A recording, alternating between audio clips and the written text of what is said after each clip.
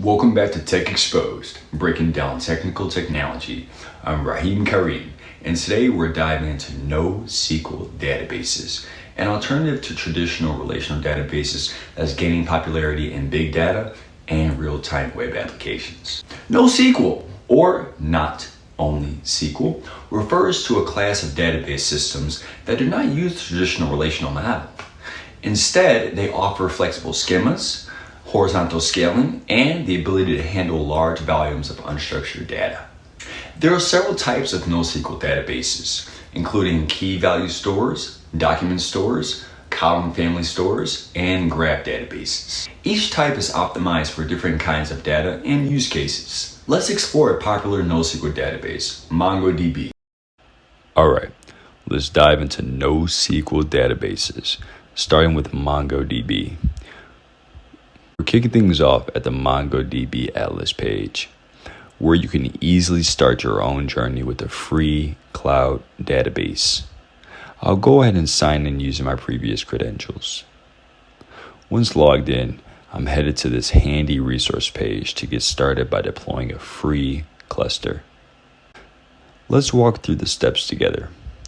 First, we'll select the M0 template, the free option, of course.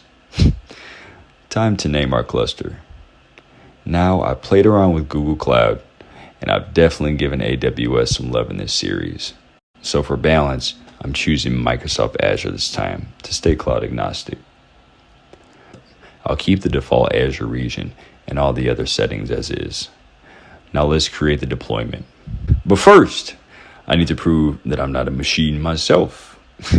Cue the CAPTCHA.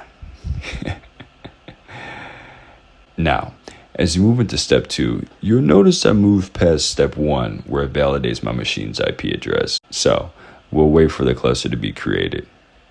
And boom, we're in. Next, we'll navigate to the tutorial assistant and work with the mflix sample data.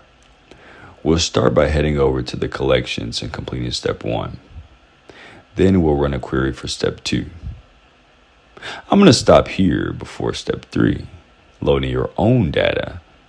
I've already opened up my terminal and installed MongoDB, so it's time for you to roll up your sleeves now.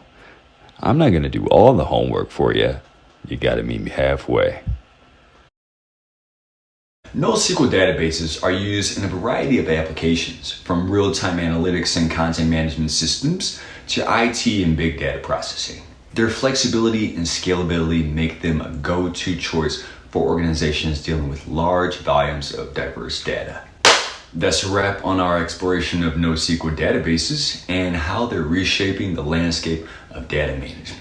In our next and final episode, we'll conclude with the foundations of building large language models with AI and ML. Thanks for tuning into Tech Exposed, breaking down technical technology. I'm Raheem Kareem, and we'll see you soon.